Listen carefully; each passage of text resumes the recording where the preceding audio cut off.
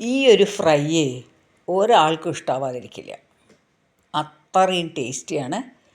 ഒരു 5 നിമിഷം കൊണ്ട് ഉണ്ടാക്കാം. അതെന്താണെന്നൊന്ന് വേഗം കണ്ടു നോക്കാം നമുക്ക്. എത്ര വഴുതനങ്ങ ഇഷ്ടമില്ലാത്തവരാണെങ്കിലും ഇത് കഴിച്ചു പോകും കേട്ടോ. എണ്ണയിട്ടിട്ട് കുറച്ച് വഴുതനങ്ങ ഗനമില്ലാതെ ഇങ്ങനെ മുറിച്ച് അതേ എണ്ണയിൽ തന്നെ കുറച്ച് പൊട്ടറ്റോ ഇടുക. പൊട്ടറ്റോ ഇങ്ങനെ സ്ലൈസ് ചെയ്ത് ഇടുക. തരാം ഈ വിദ്യ ഞാൻ. എന്നിട്ട് ഈ ഉരുളക്കിഴങ്ങിനെ ഇങ്ങനെ എടുത്തിട്ട് മാറ്റി അതിൻ്റെ മുകളിൽ കൂടി ഇടുക. രണ്ടും കൂടി വേണമെങ്കിൽ ഫ്രൈ ചെയ്യാമായിരുന്നു, പക്ഷെ അങ്ങനെ ചെയ്യണമെന്നില്ല. ഇങ്ങനെ ഇനി അതിനെന്തൊക്കെയാണ് വേണ്ട അറിയോ?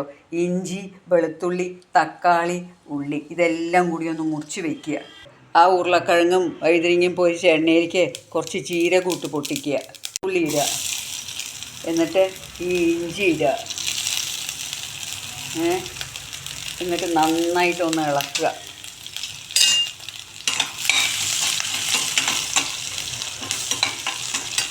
ഇതിങ്ങനെ മൊരിയണ നേരം കൊണ്ട് കുറച്ച് ഉള്ളി ഇടുക.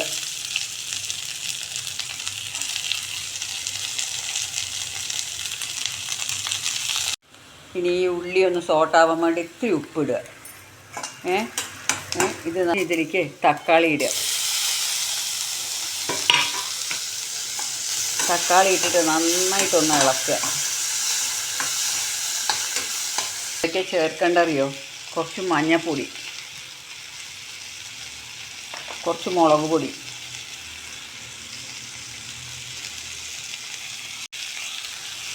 കുറച്ച് മല്ലിപ്പൊടി, ഇതെല്ലാം ചേർത്തിട്ട് നന്നായിട്ടൊന്ന് ഇളക്കുക.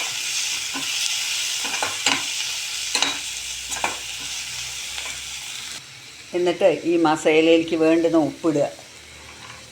ഇതിപ്പോൾ നന്നായി മാഷായി വന്നു കേട്ടോ. ഇപ്പം എന്താ ചെയ്യേണ്ടത്?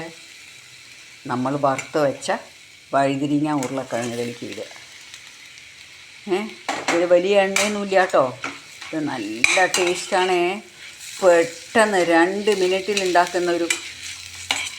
എല്ലാം കൂടി നന്നായി മിക്സ് ചെയ്തൊന്ന് അടച്ച് വയ്ക്കുക. എന്നിട്ട് ഇതിങ്ങനെ നന്നായി ഫ്രൈ ചെയ്തിട്ട് ഇപ്പോൾ ഇത് ഓഫ് ചെയ്തിട്ട് കുറച്ച് നിറയെ കറിവേപ്പില ഇങ്ങനെ ഇടുക. കണ്ടോ? ഇപ്പോൾ കണ്ടോ? അടിപൊളിയാണ് കേട്ടോ. മല്ലിയില ഇല്ലാത്തതുകൊണ്ട് കറിവേപ്പില മാത്രം ഇടുകയാണ് കേട്ടോ.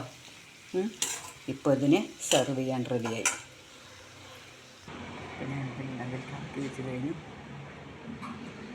ഇപ്പോൾ എൻ്റെ വഴുതനങ്ങ ഉരുളക്കിഴങ്ങ് മസാല റെഡിയായി.